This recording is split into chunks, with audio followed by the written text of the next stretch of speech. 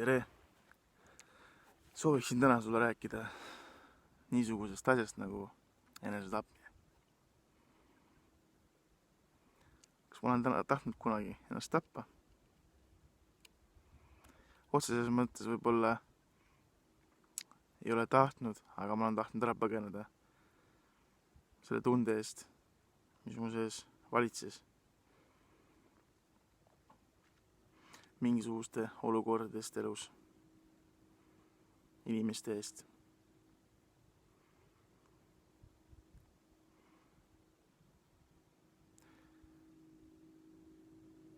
Mäletan, kui minna tagasi lapsepõlve, kus kohas mul peale mingisugust olukorda või situatsiooni, kus ma tundsin ennast hästi raskelt, negatiivselt, süüdlasena, paha inimesena, vaadates ennast peeglisse, ma justkui ei tahtnud olla see, kes ma olin. Ma tahtsin sellest kehast justkui minna ära, sest see tunne oli nii vastik, justkui sükene, nagu vihkaks iseennast.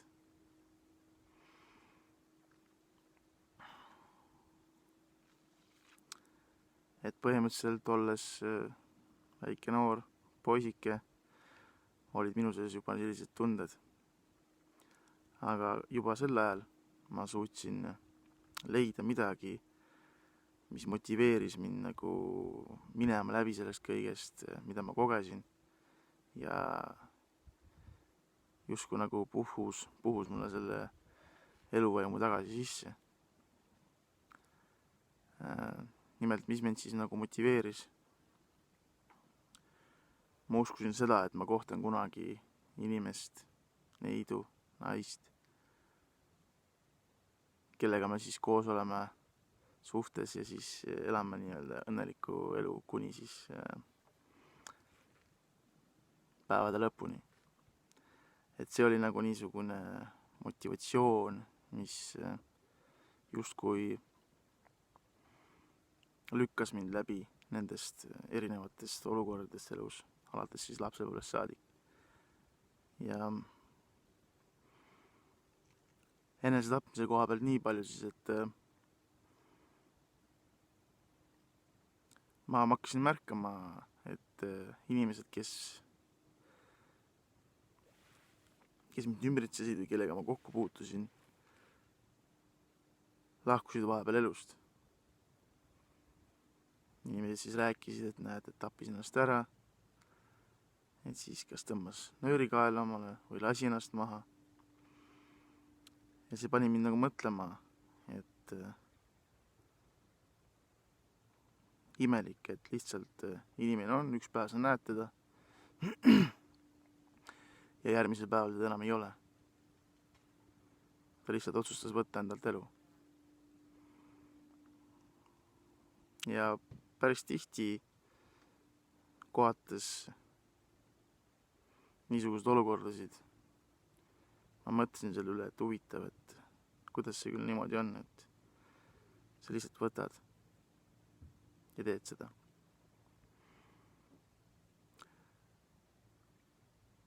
Mingi hetk mäletan, kui ma olin kuskil 12-13 aastane poistega, sõpradega väljas olles. Meil oli suur puu, millal meil meeldis istuda.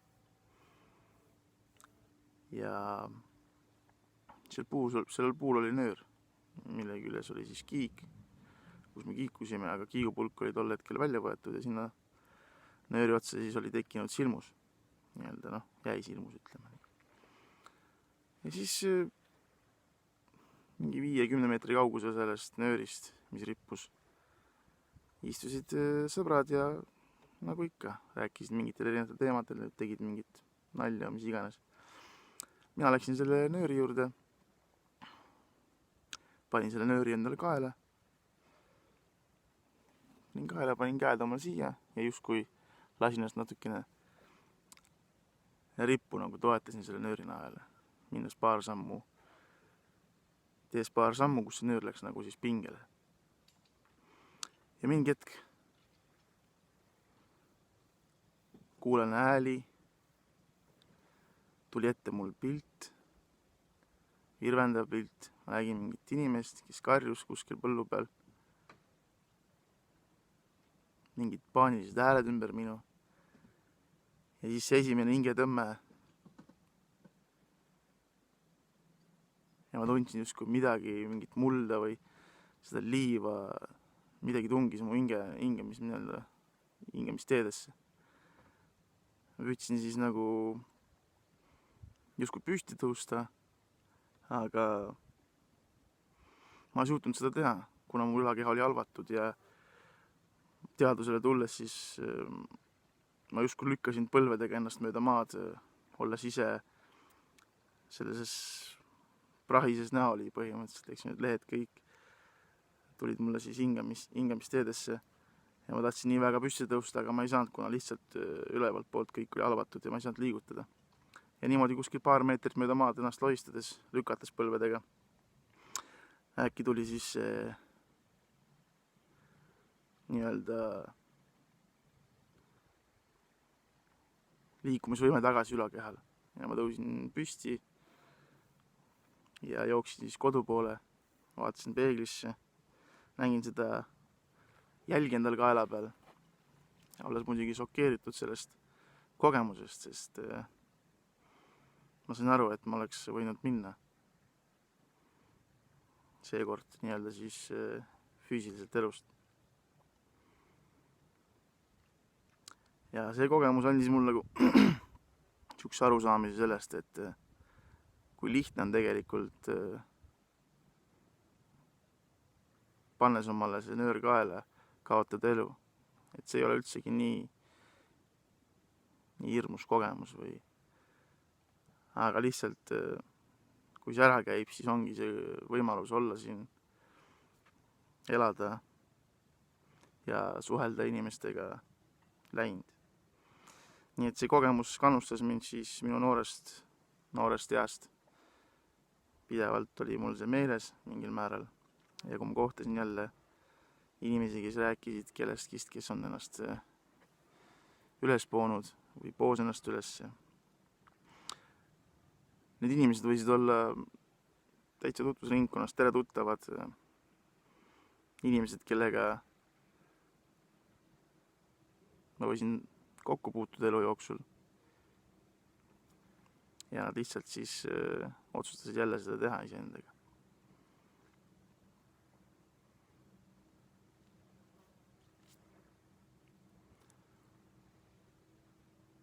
Mingi aeg siis püüdsin ma siis nii-öelda tappa ennast põhimõtteliselt, eks ju, mitte küll teadvustades seda nii väga endale, et ma teen seda, et ma tapan ennast siis nii-öelda alkoholiga ja teiste ainetega, ma olen sellest rääkinud juba. Aga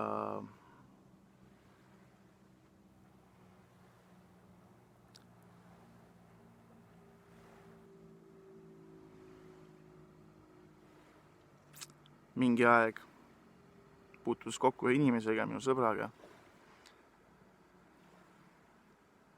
kellega me tegime koos tööd. Mina olin tol hetkel siis ettevõttes nii-öelda siis ettevõtte juht, meil oli sõpradega loodud ettevõte, mis tegeles metsandusega.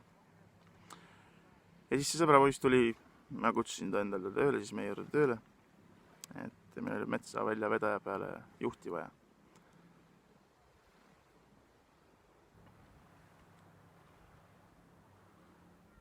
Ja siis mingi aja tööd tehes temaga koos, olles suheldes, ma nägin, et midagi toimub temaga.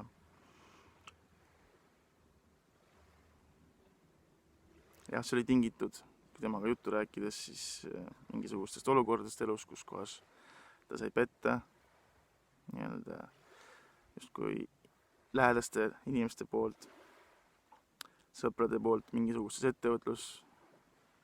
ettevõtlustes. Probleemid peres, naise, elukaaslase, lastega. Ja ta võttis seda kõike niivõrd tõsiselt ja elas seda väga raskelt läbi. Eks ma püüdsin teda tol hetkel kuidagi toetada, aga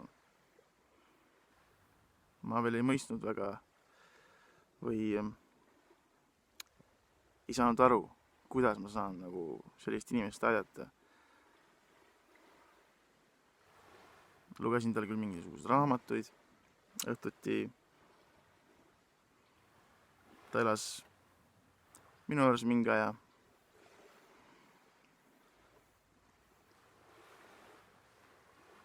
Püüdes siis kunagi teda motiveerida, et ta saaks või leiaks selle elu mõtte, justkui see oli hakanud kaduma ta silmis, mida oli näha. Ma tundsin tema juuresolekul ennast hästi raskelt. Püüdsin ennast kinni paraku negatiivsete mõtete pealt. Ja hästi rasked emotsioonid olid. Ja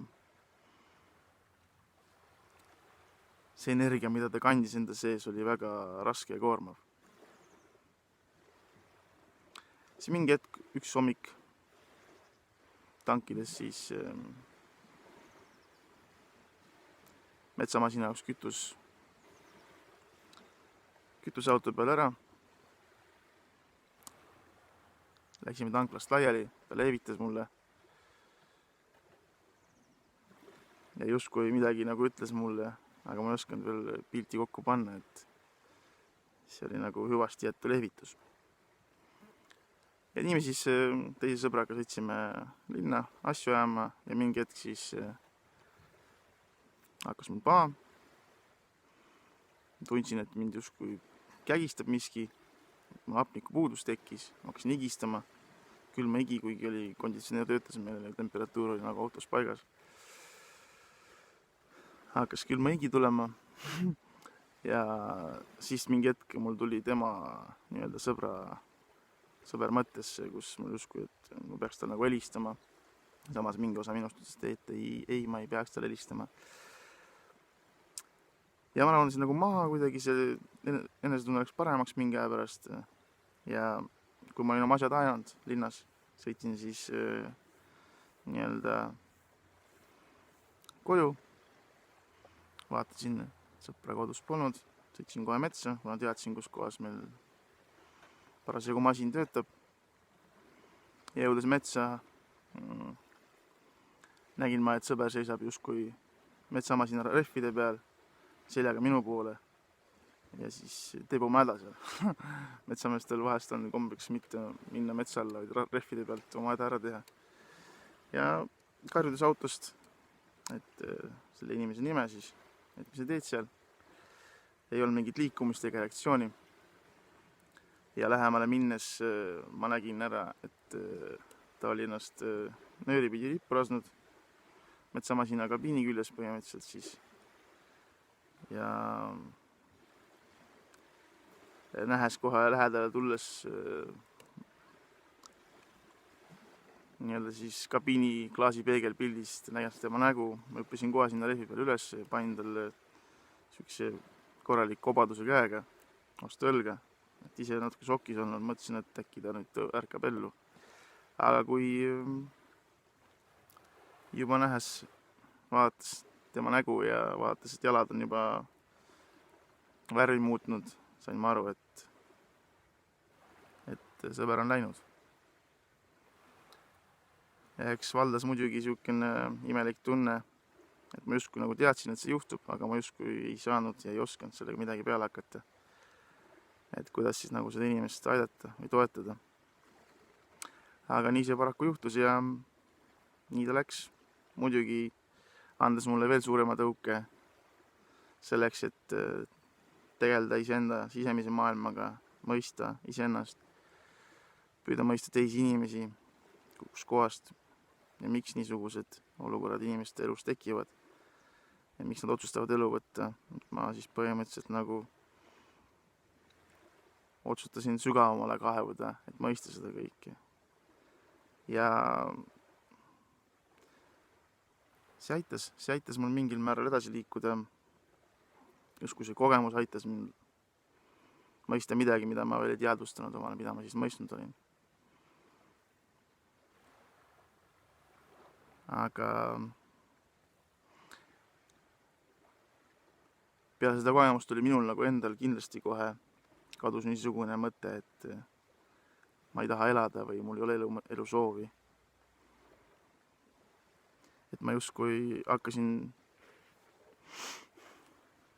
samm-sammu haaval leidma selle enda seest, selle millegi, mis justkui andis mul selle elujõu ja motiveeris mind edasi liikuma. Ja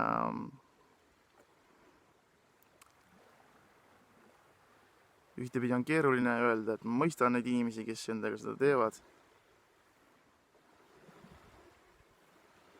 Aga samas ma mingil määral saan ikkagi aru, et olles sellises seisundis, olles selles energias,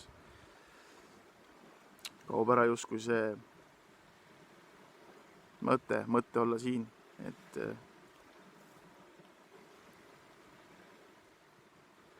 mõte elada, et miks elada, kaob ära. Aga täna ma olen siin, ma olen leidnud selle mõtte enda jaoks, ma olen õnnelik ja vaba. Ja kui sul on täna mingisugune mõte, et võiks minna ära siit elust, siis ehk võiksid mõelda selle peale, et kas tasub seda teha. Et ikkagi on võimalik leida enda seest midagi, mis annab su selle elujõu, elu mõtte tagasi. Lihtsalt minnes enda sisse, olles seal. Ja võt siukene lugu siis enesetapmise kohta, aga tore oli näha üle pika aja ja varsti kohtume jälle.